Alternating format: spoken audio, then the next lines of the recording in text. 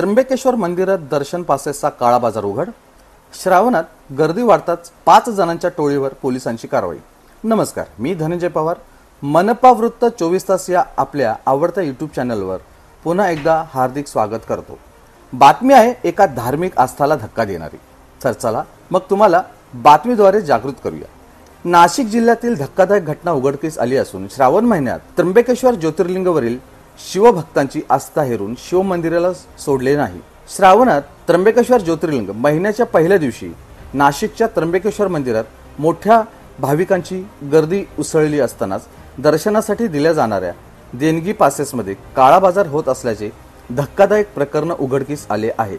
या प्रकरणी त्र्यंबकेश्वर पोलिसांनी कारवाई करत 5 जणांच्या टोळीला अटक केली असून त्यांनी 200 रुपयांचा पास 800 ते 1000 रुपयापर्यंत विकल्याचे समोर आले आहे. त्र्यंबकेश्वर मंदिर हे भारतातील 12 ज्योतिर्लिंगापैकी एक असून येथे दररोज सुमारे 20,000 भाविक दर्शनासाठी येतात.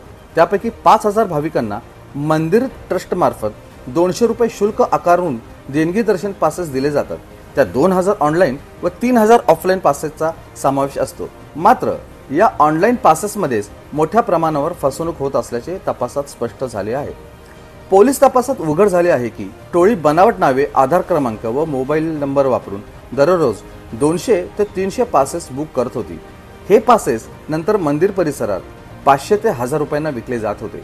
या टोळीचा डायरेक्ट खटलं नावाचा व्हॉट्सअप ग्रुपही होता, ज्या संपर्कात माध्यमातून हे एकमेकांशी संपर्कात होते व रोजच्या तिकीट विक्रीचा हिशोब शेअर करत होते. विशेष म्हणजे देवस्थान ट्रस्टच्या वेबसाईटवर तांत्रिक सुरक्षिततेचा अभाव असल्याने पासेसच्या खरेदी आणि विक्री क्रॉस व्हेरिफिकेशन प्रक्रिया होत नव्हती. त्यामुळे ओळखपत्र न तपासताच अनेक जण एकाच नावाने अनेक पासेस घेत होते आणि त्याचा गैरफायदा घेतला जात होता.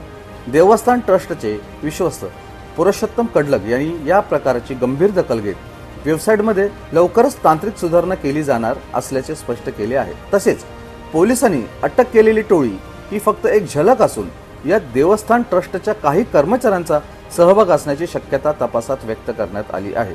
या घटनेमुळे भाविकांमध्ये नाराजी व्यक्त होत असून श्रावण महिन्यात सुरक्षा व्यवस्थेत त्रुटी राहिल्यास घातपाताचा धोका निर्माण होऊ शकतो.